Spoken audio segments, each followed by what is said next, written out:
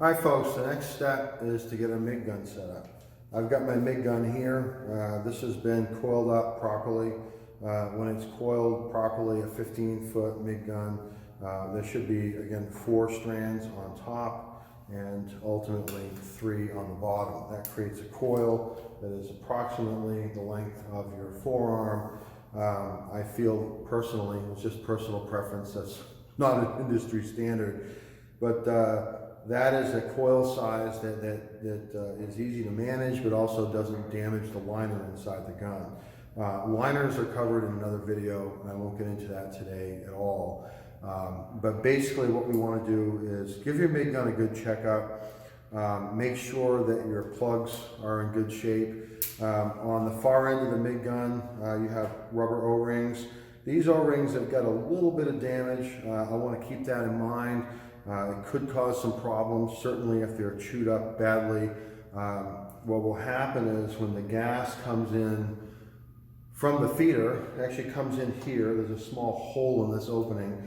The gas comes in between these O-rings and it travels through the holes that are in here. And ultimately, because of the liner and a seal that's on the end of the liner, the gas is forced through the gun and it comes out of the nozzle. So we want to make sure that those O-rings are in good shape. And these are certainly serviceable, but they're not perfect. There's a small little spot, hopefully the camera can pick that up, right between my fingers, where the O-ring has got a slight amount of damage. If I were going to do x-ray work with this, I would probably want to replace those. But for general practice, we haven't had any issues, so I'm going to leave them for today. On the other end of your MIG gun, we have, of course, the gooseneck. This is a replaceable gooseneck, so it has a collar that needs to be tight. The gooseneck needs to be in good serviceable condition, and we also have the nozzle, okay? Should be clean, relatively speaking. We have the tip. This tip right here is the correct size for the wire. It's 052. I checked it off camera. And of course the diffuser is threaded tightly. Nothing else is of concern. So we want to make sure that we give this a good checkup. We want to make sure that the trigger is actuating freely. We'll check it for function once it's plugged in. So for right now, I'm going to take the MIG gun, I'm going to uncoil it, we're going to go ahead and plug it into the front of the machine. Okay. So on the machine end, I want to make sure again that this is tight. There's a cap on here. It's on the Bernard type guns, Miller direct plug guns has this. I'm going to feed this into my wire, and then I'm going to go ahead and slide this in. I'm going to stop right there for now. I'll come back to that in a minute. The other end of my MIG gun, I know I'm off camera. I'm simply going to coil up and get off the floor so it's secure.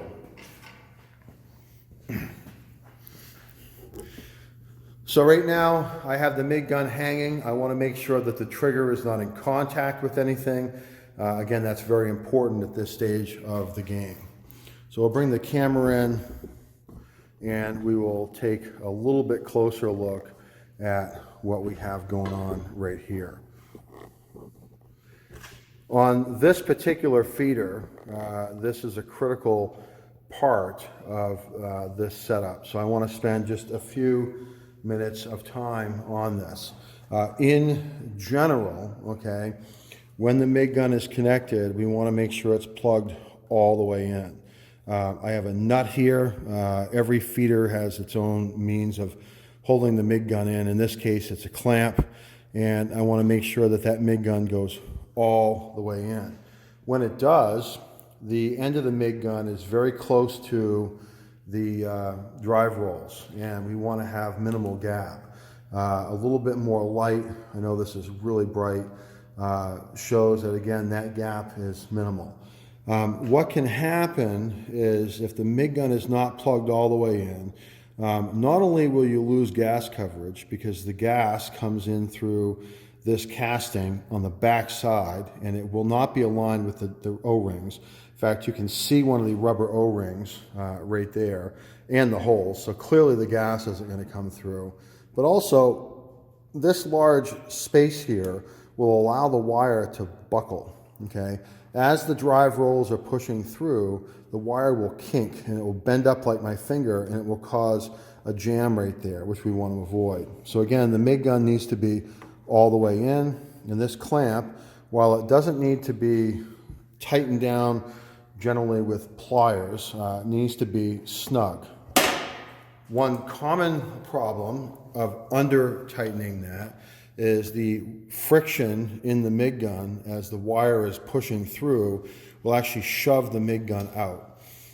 Usually what happens first is the O-rings will clear the gas port on the back side of the casting, and you'll lose your gas coverage. The gun won't be out so far that it's going to stop feeding and make a jam, but it will certainly cause issues. Now with smaller diameter wire, this gap being even slightly excessive can cause major feeding problems. But with large diameter wire, it's pretty stiff, so it can actually pass through quite a gap.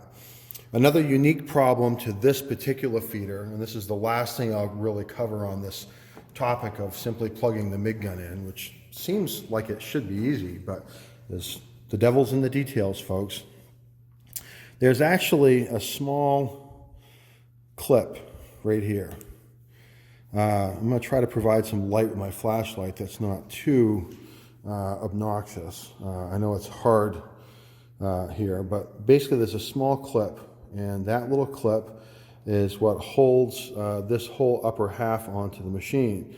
Unfortunately, that clip can fall into this notch. It's just off camera. Let me roll this around.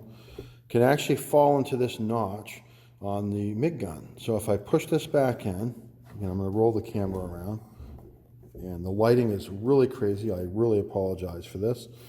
As this goes through, if this clip is down, and this happens weekly here at the school, what will happen is that clip will get caught in that groove, just like this. The MIG gun appears to be pushed all the way in. Students will tighten this nut down, and there's two problems. The first problem is we have an excessive gap right here. It doesn't look bad, but when you compare it to the MIG gun plugged all the way in, you'll notice it's great. The other issue is, if you can see this on camera, that O-ring is outside of the casting. Okay, there's a gap right there. That means that the gas is going to be leaking by.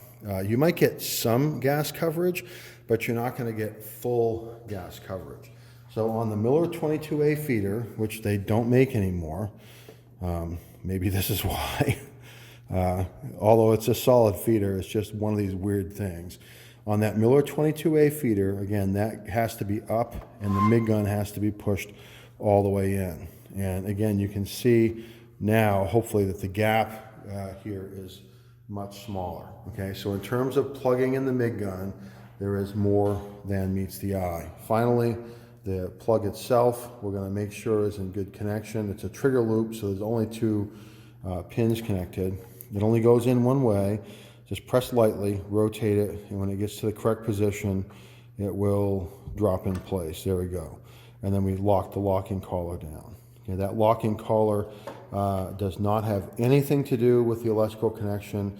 It just prevents it from coming out. So tightening that excessively is going to accomplish nothing but frustration down the road. So again, we have the MIG gun connected to the machine. All right, with the MIG gun connected, we can now go ahead and push the wire the rest of the way through into the gun. Keep in mind that in the previous video on just putting the wire on and whatever precautions you have to take there, I only pushed the wire through just enough for the drive rolls to hold on to them. And this video is being made minutes after that. So I'm going to hold on to the wire to make sure that it does not in fact come out. So again, I'm going to grab the wire. I'm grabbing on the outside of the feeder. I'm going to flip this lever down.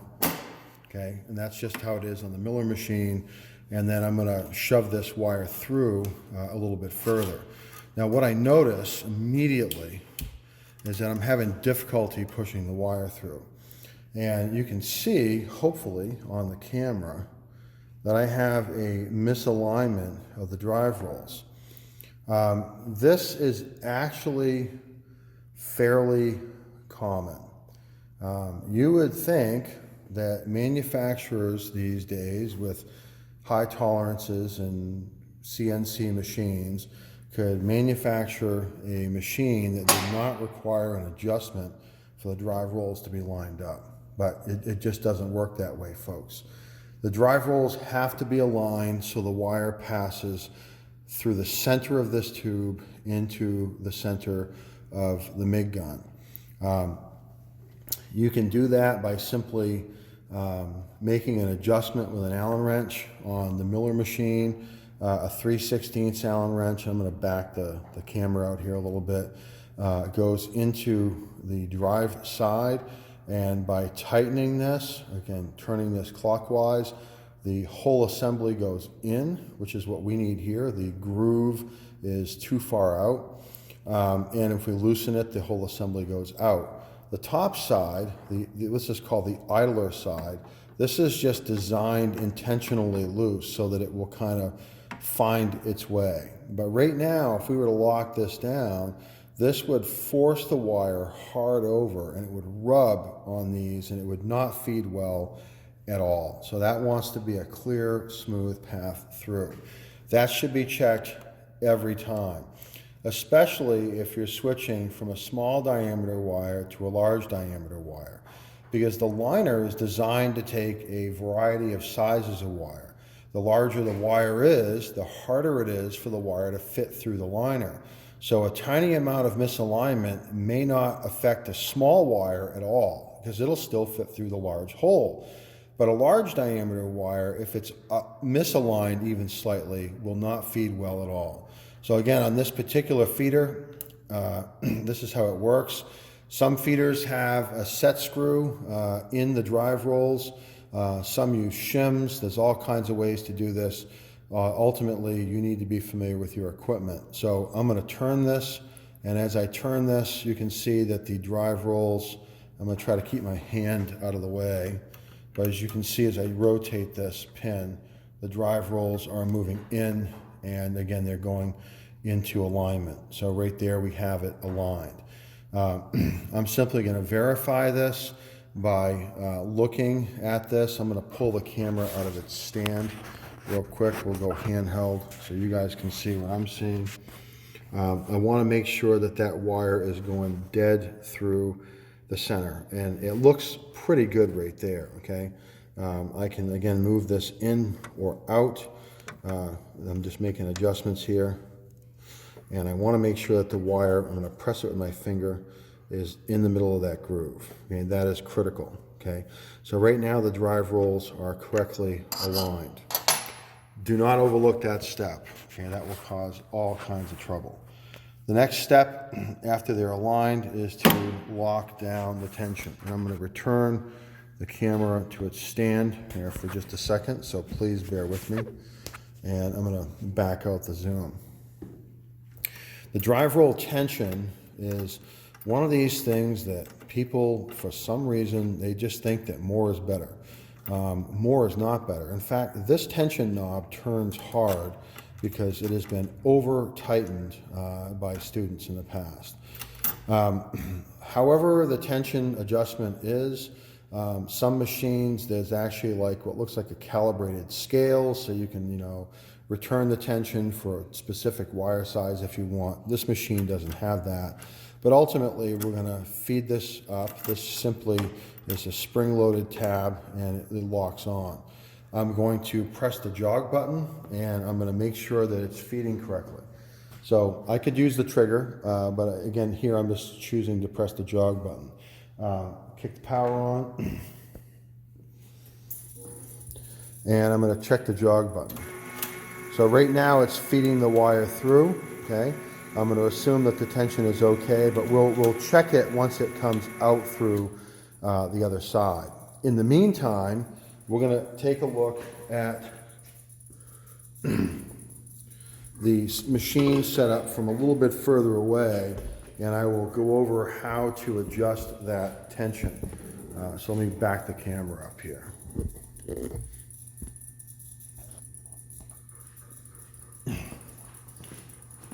All right, folks, I have gone and jogged the wire all the way through. We're going to go ahead now and check the drive roll tension. I want to note, just for safety reasons, this machine is not hooked up to anything right now. I'm standing on a concrete floor. The ground clamp is not hooked to anything. As I'm not electrically connected to this machine in any way, shape, or form. So I'm touching the wire with my bare hands. Don't do this if the machine is hooked up, if you're near a ground. You want to wear gloves. So this is for demonstration purposes only. And again, this is a unique setup with a machine that is not connected to the grid or to anything else.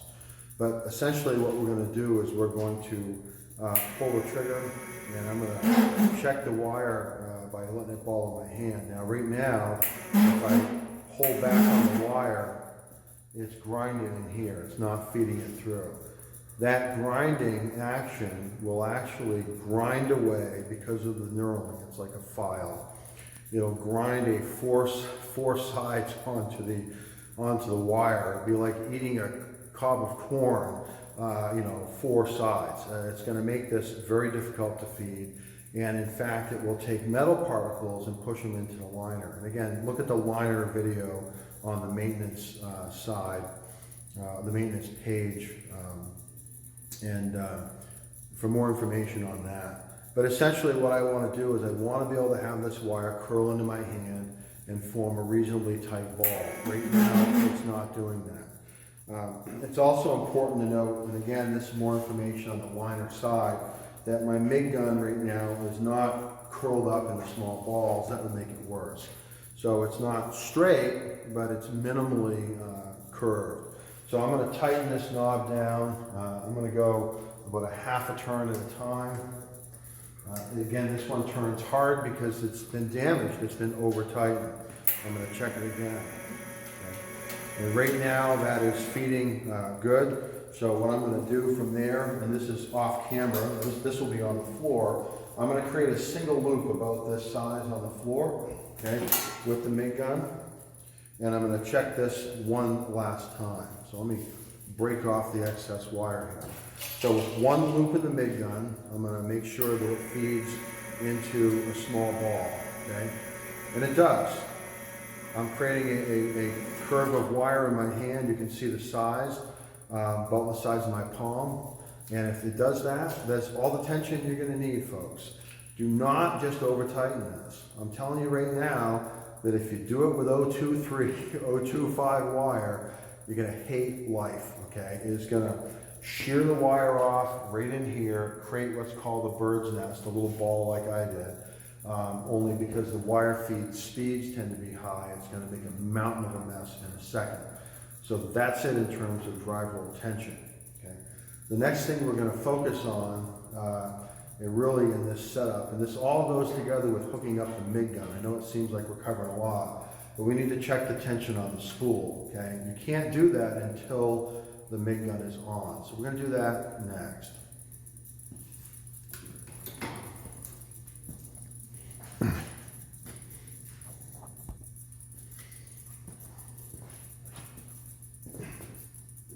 All right, in order to check the tension on the spool, what we're going to do is I'm going to turn the wire feed speed up real high. In fact, I'm going to max it out. I would normally do this again with the jog button. Jog does not engage the electricity on the machine, but again, as I am in a unique situation on a machine in the middle of the floor with no ground, I'm going to just pull the trigger, okay? When I pull the trigger, obviously the wire comes out quickly.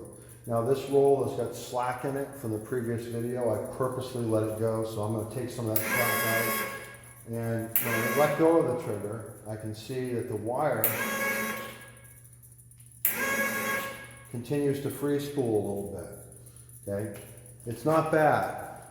On the back side of this spool, I'm going to bring the camera around so you can see this. Every wire feeder, again, I can't stress this enough, is different. This particular feeder does not have a tension adjustment here. It has a spring. And you think, oh, the tension is factory set. Well, it is, kind of. On the back side of this, there's actually a nut. And I'm going to purposely loosen this a little bit more. Now, it is common, and this is going to make this free spool even more. So I'm going to reach around and I'm going to hit the jog button. We're going to watch this. So here we go, feed, and I let go, and again it continues to free spool. That free spooling action is not a problem right now because this roll of wire is almost gone. It allowed the wire to become loose on the spool when it free spooled, and I don't really care. But if this roll was brand new and it was filled right up to the rim, which they are, that would be just enough to let the wire come off the edge and tie a knot around the back side of the machine. So this tension adjustment needs to be just tight enough that when we stop pulling the trigger, even though we're not normally running at these ridiculous high wide open wire speeds, but we want to make sure that when we stop pulling the trigger that the spool stops. You can check this by hand. Okay, right now this feels pretty loose, honestly. Okay, sometimes these adjustments go from no tension to a lot of tension quickly. I want a little bit of resistance, and again I want to make sure that the hub is engaged with the spool. I'm going to give it just a little bit more. Okay, and that's not bad. With aluminum or soft wires, you know, there needs to be less tension, and with larger rolls that have, you know, a lot of mass, therefore there's momentum when they're turning, we need more tension. So don't think you can just set this and forget it. And that moves just a tiny bit. Let go. So it only turns about, you know, maybe from here to here when I let go. So that is sufficient, okay? On most machines, there's an adjustment screw or something in the middle that adjusts the tension on that hub. Please do not overlook that hub tension because, again, it can cause problems. So right now, we've got the gun in. We've checked our connections, pushed all the way, checked the O-rings, correct drive rolls are aligned, hub tension's good. We're ready to go ahead and start setting up our gas so we can begin to weld.